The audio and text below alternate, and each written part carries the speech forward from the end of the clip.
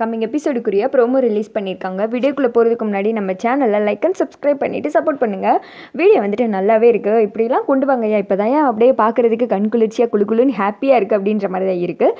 First சீனில் வந்துட்டு அந்த வெங்கையா ரம்யா கிட்ட சொல்லிட்டு இருக்காங்களே, அந்த சீன் தான் காமிச்சிட்டு இருக்காங்க. மேடம், உங்களை பற்றி அவர் துருவி கேள்வி கேட்டார், ஆனால் நான் வாயை திறக்கலையே அப்படின்னு சொல்ல, சரி என்ன நடந்துச்சு அதை சொல்லு அப்படின்ற மாதிரி ரம்யா கேட்க, உங்கள் ஃபோட்டோவை கூட காட்டி இவங்க தான் நான் வந்தது அப்படின்ற மாதிரி கேட்டாங்க மேடம். நான் வந்துட்டு இல்லை அப்படின்ற மாதிரி சொல்லிட்டேன் அப்படின்னு சொன்னதும், சரி வெங்கையா, நீ பண்ண உதவிக்கு உனக்கு பணம் வந்து சேரும் அப்படின்னு சொல்ல, நன்றி மேடம். மேடம், நீங்கள் பாட்டுக்கு என்கிட்ட வந்து பணத்தை வந்துட்டு கொடுத்துட்டு வேற ஒரு பொண்ணு பேரை சொல்லிட்டீங்க. நாளைக்கு அந்த பொண்ணு பேரில் இருக்கிறவங்க உண்மையாகவே வந்துட்டு எதுக்கு என் பேரை யூஸ் பண்ணேன்னு கேட்டால், நம்ம என்ன மேடம் பண்ணுறது, நான் தானே மாட்டிக்கிடுவேன் அப்படின்ற மாதிரி சொல்ல, அதை பற்றிலாம் நீ ஒன்றும் கவலைப்பட வேணாம், அப்படி ஒரு பேரே கிடையாது, அதனால தான் நான் சும்மா அடிச்சு விட்டேன்.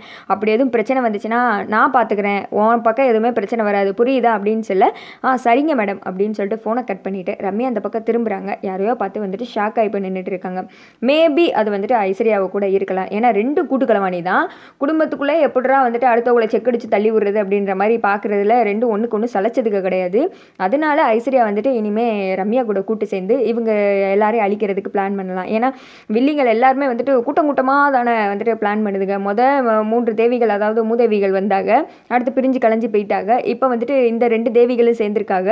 இந்த 2 தேவிகளும் எப்படி வந்துட்டு ஒன்றா சேர்ந்து வேலை பார்க்க போகிறாங்கன்னு தெரியல. அது வந்துட்டு இனிமே தான் பார்க்கணும். ஆனால் இதில் ஒன்று கவனிச்சிருந்தீங்கன்னா தெரியும், எபிசோடில் வந்துட்டு அருண் வந்துட்டு அந்த ரோஸ் கலர் கட்டப்பை வந்துட்டு கொண்டு வர்றாங்க. அதை வந்துட்டு கவனிக்கவே இல்லை ரம்யா.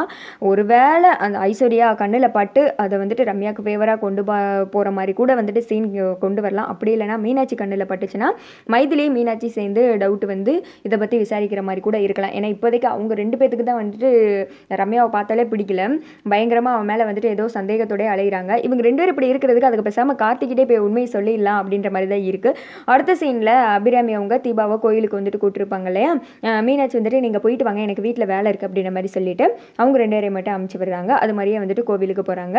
அவங்க கூட சேர்ந்து இந்த கோவிலுக்கு வரது எனக்கு மனசு ரொம்ப நிம்மதியாக இருக்குமா அப்படின்ற மாதிரி சொல்ல, எனக்கும் தான் அத்தை இந்த மாதிரிலாம் வரமாட்டோமான்னு சொல்லிட்டு நான் எத்தனை தடவை ஆசைப்பட்டிருக்கேன் தெரியுமா, நீங்கள் ஹாஸ்பிட்டலில் இருந்த ஒவ்வொரு நிமிஷமும் நாங்கள் வேதனையில் தான் இருந்தோம் அப்படின்னு சொல்லிட்டு தீபாவை ரொம்ப ஃபீல் பண்ணுறாங்க. சரி அதான் முடிஞ்சு போச்சுலாமாவா அப்படின்னு சொல்லிட்டு கூப்பிட்டு போகிறாங்க. அங்கே வந்துட்டு பூசாரி ஐயா இருக்காங்க. சொல்லுங்கம்மா எதுக்கு வந்திருக்கீங்க அப்படின்ற மாதிரி சொல்ல, ஒரு சின்ன பூஜை பண்ணணும் அப்படின்ற மாதிரி சொன்னதுமே, சொல்லுங்கள் பேஷாக பண்ணிடலாம் அப்படின்ற மாதிரி எல்லா சாமியார்களுக்கு ஏற்ற அந்த டைலாக் வந்துட்டு அவர் சொல்கிறாரு. நாளைக்கு வந்துட்டு என் வீட்டில் சின்ன ஃபங்க்ஷன் மாதிரி ஏற்பாடு பண்ணியிருக்கேன். என் மருமகளுக்கு வந்துட்டு என் கையால் தாலி எடுத்து கொடுத்து என் பையன் வந்துட்டு கெட்ட போகிறான். அதுக்கு இந்த தாலியை அம்மன் காலுக்கடியில் வச்சு பூஜை பண்ணி கொடுக்கணும் அப்படின்ற மாதிரி சொல்ல, ரொம்ப நல்ல காரியத்துக்கு வந்திருக்கீங்க, பண்ணி கொடுத்துட்றேன் அப்படின்னு சொல்லிட்டு அந்த தாலி எடுத்துகிட்டு போய் காலுக்கடியில் வச்சு பூஜையெல்லாம் பண்ணிட்டு இருக்காங்க. இங்கிட்டு தீபாவும் அபிராமியும் வந்துட்டு வேண்ட ஆரம்பிச்சிடுறாங்க. என் மருமகள் பையங்க எல்லாருமே வந்துட்டு ரொம்ப நாள் இந்த மாதிரி பூவோட பொட்டோடையும் சந்தோஷமாக இருக்கணும், நீ தான் வந்துட்டு அதுக்கு அருள் புரியணும் அப்படின்ற மாதிரி வேண்டிகிட்டு இருக்காங்க. அதோடு பார்த்திங்கன்னா ஹாப்பி மூமெண்ட்டாக வந்துட்டு இந்த ப்ரோமோ வந்துட்டு முடிஞ்சிருக்கு.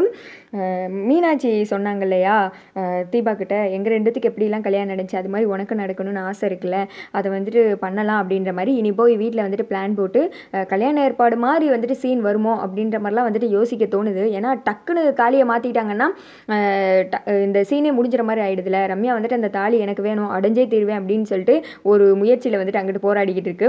அதனால ஒரு பெரிய மேரேஜ் சீன் வரும் அப்படின்ற மாதிரி வந்துட்டு தோணுது. இதை பற்றி நீங்கள் என்ன நினைக்கிறீங்க அப்படின்னு சொல்லிட்டு சொல்லுங்கள். முக்கியமாக வந்துட்டு இன்றைக்கி ரம்யா அசிங்கப்பட்டதை பார்த்து யாரெல்லாம் சந்தோஷப்பட்டீங்க? கார்த்தியே வந்துட்டு மூக்கு உடைச்சு விட்டாரு. அதுக்கு மேலே நம்ம எல்லாம் நினச்சோம், இவன் என்னடா பரிகாரமனை ஸ்கோர் பண்ணிக்கிட்டு இருக்கானா. நான் அபிராமியே சொல்லிட்டாங்க தீபாவோட பாட்டை கேட்டு தான் எந்திரிச்சேன் அப்படின்னு சொல்லிட்டு. அப்போ கூட மீசையில் மண்ணொட்டாத மாதிரி தீபாவோட பாட்டால் என்னோட பரிகாரத்தையும் தான் ஆண்டி நீங்கள் பொழைச்சிருக்கீங்க அப்படின்ற மாதிரி விடாமல் அதையே சொல்லிட்டு இருக்க கார்த்தியை வந்துட்டு நோஸ் கட் பண்ணி விட்டாரு. ஏங்க அதுவே வந்துட்டு ஒரு போலீஸ் அம்மையாருங்க, அதை கேட்டு நீங்கள் ஏமாந்து போய் நின்றுட்டு இருக்கீங்க அப்படின்ற மாதிரி சொல்ல, அவங்களுக்கு சிரிப்பு வந்துச்சா என்னமோ, நமக்கு வந்துட்டு ரொம்ப பயங்கரமாக குபீர் சிரிப்பு வந்துடுச்சு. இதெல்லாம் உங்களுக்கு தேவையா ரம்யா, இப்படி அசிங்கப்படுறீங்களே அப்படின்ற மாதிரி தான் இருந்துச்சு. நம்ம எல்லாம் வந்துட்டு ஃபீல் பண்ணோம். பட் அபிராமியே வந்துட்டு தீபா தான் எல்லாத்துக்கும் காரணம் அப்படின்னு சொல்லும்போது பயங்கர ஹாப்பி மூமெண்ட்டாக தான் இருந்துச்சு. இனி வர எபிசோடு எல்லாமே இந்த மாதிரி வந்துட்டு வேறு லெவலில் போகுது அப்படின்ற மாதிரி தான் தோணுது. நீங்கள் என்ன நினைக்கிறீங்க அப்படின்னு சொல்லிட்டு சொல்லுங்கள்.